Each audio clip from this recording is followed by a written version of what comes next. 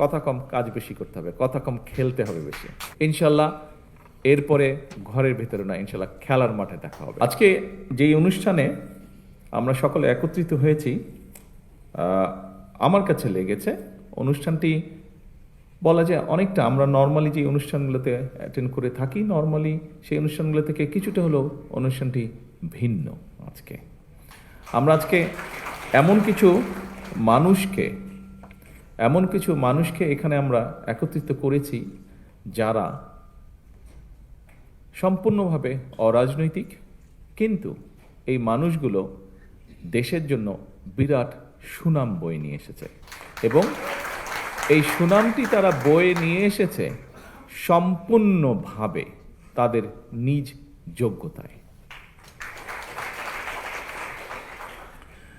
আজকে এখানে যারা জয়ী হয়ে এসছেন, বিভিন্ন ইভেন্টে যারা বিজয়ী হয়েছেন, আমাদের ক্রীড়াবিদ বন্ধুরা, তাদের প্রত্যেকেরই কিন্তু বিজয় হওয়ার জন্য একটি প্রতিপক্ষ ছিল এবং প্রতিপক্ষ ছিল বলেই কিন্তু তারা যখন বিজয় হয়েছে সেই বিজয়ের আনন্দটা তারা উপভোগ করতে পেরেছে এবং তারা শুধু একা কিন্তু এই আনন্দটি উপভোগ করেনি। যখন তারা বিজয় হয়েছে, তারা সমগ্র জাতিকে সাথে নিয়ে এই আনন্দটা উপভোগ করেছে, বিজয়ের আনন্দটা।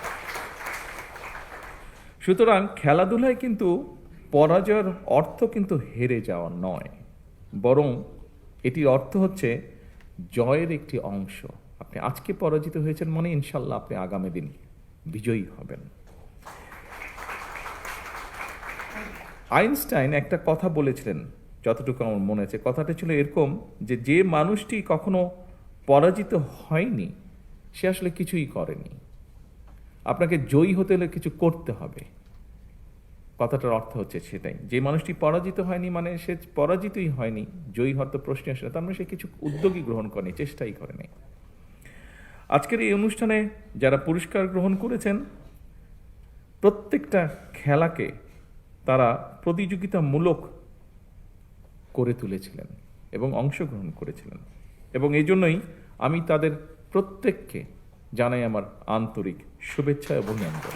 পড়াশোনার পাশাপাশি খেলাধুলার প্রতি আমাদের যে ছেলেমেয়েরা ছোটবেলা থেকে আগ্রহী স্পোর্টসের জন্য, তারা যাতে এই সুযোগটা পায় সেজন্য এর মধ্যেই দেখেছেন স্পোর্টস মিনিস্টার উনি ওনার বক্তব্যে বলেছেন যে শিক্ষা কারিকুলামের পাশাপাশি আমরা কারিকুলামের ভেতরে আমরা চতুর্থ শ্রেণী থেকে খেলাধুলাকে যাতে মোটামুটি কম্পালসারি করা যায়, অর্থাৎ আমাদেরকে স্কুলে যেরকম অঙ্ক, ইংরেজি, ভূগোল, ইতিহাস এগুলো যেরকম কম্পালসারি পড়তে হয়, আমরা চাচ্ছি যে বাচ্চাটা যে খেলাটাই পছন্দ করুক কিন্তু সেই খেলাটা তাকে খেলতে হবে, সেটাতে তাকে এক্সপার্ট হতে হবে, সেটাতে তাকে নিজেকে গড়ে তুলতে হবে। অর্থাৎ ইতিহাস, ভূগোল, বিজ্ঞান এই সাবজেক্টগুলোর পাশাপাশি আমরা খেলাটাকে কম্পালসারি করবো, সেটার মধ্যে মার্ক থাকবে, সেটার মধ্যে পাস ফেল থাকবে, যাতে সে সেটা সিরিয়াসলি নেয়। শুধু আচ্ছা বিকালে একটু খেলতে গেলাম বা অফ টাইমে একটু খেলতে গেলাম, নট দ্যাট, সিরিয়াসলি হতে হবে। অর্থাৎ আমরা আসলেই চাচ্ছি আমাদের ছেলেমেয়েরা যাতে সত্যিকারভাবে নিজেকে একজন যেটাই খেলবে সেটাতে যাতে সে তাকে নিজেকে এক্সপার্ট হিসেবে গড়ে তুলতে পারে। 30 এপ্রিল সিলেট থেকে আমরা শুরু করতে যাচ্ছি নতুন করে স্পোর্টস এবং একই সাথে ইনশাল্লাহ এটা সারা দেশে শুরু হবে। আমরা এই যে বিভিন্ন আমরা 7টা খেলা না 7টা ডিসাইড করেছি তো এই মুহূর্তে 7টা খেলা আমরা ডিসাইড করেছি। এই 7টা খেলায় কারা পারদর্শী, ধীরে ধীরে সেই প্রতিভাবানদেরকে আমরা বের করে নিয়ে আসব, তাদেরকে যারা ভালো হবে তাদেরকে আমরা আরো বেটার ট্রেনিং দেওয়ার চেষ্টা করব।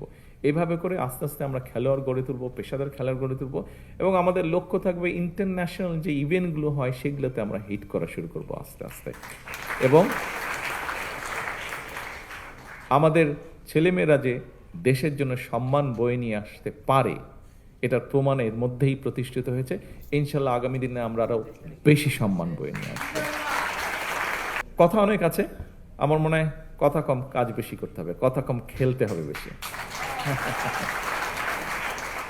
আমি শেষ যেই কথাটা একটা বলতে চাই, এই কথাটা একটু সিরিয়াস, তবে এই কথাটা আমি মিন করি, বিশ্বাস করি এবং সেই জন্য আমি বলতে চাচ্ছি।